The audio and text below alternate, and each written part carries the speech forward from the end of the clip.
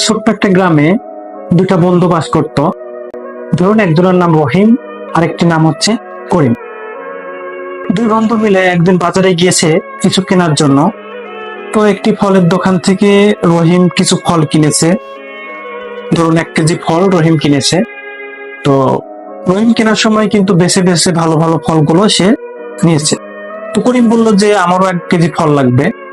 তো রহিম বলল যে আচ্ছা ঠিক আছে, তাহলে তুমি তোমার ফলটা বেছে নাও। করিম বলল যে না, তুমি যেটা নিয়েছো ওটাই আমাকে দাও, ওটাই আমার লাগবে, তুমি তো দেখে দেখে নিয়েছো। তো রহিম রহিমের মতন করে 1 কেজি ফল করিমকে দিল।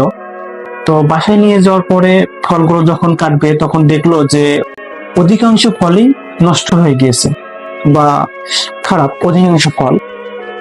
ও করিম তখন রহিমকে দোষারোপ করতে লাগলো যে তুমি তোমার ফলগুলো ভালো নিয়েছো, আমার ফলগুলো খারাপ দিয়েছো, বেছে বেছে আমার ফলগুলো খারাপ দিয়েছো। এই নিয়ে দুপাঁচটা কথা তাদের ভিতরে কথা কাটাকাটি হয়ে গেল।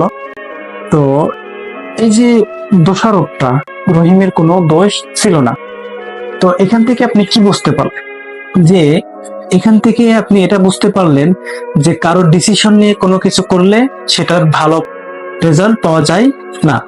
কারণ নিজের মেধা শক্তি খাটিয়ে নিজের মতের উপর ডিফেন্স করে কাজ করাটাই উত্তম।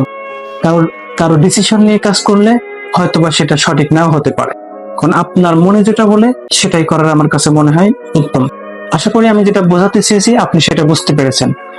ধন্যবাদ।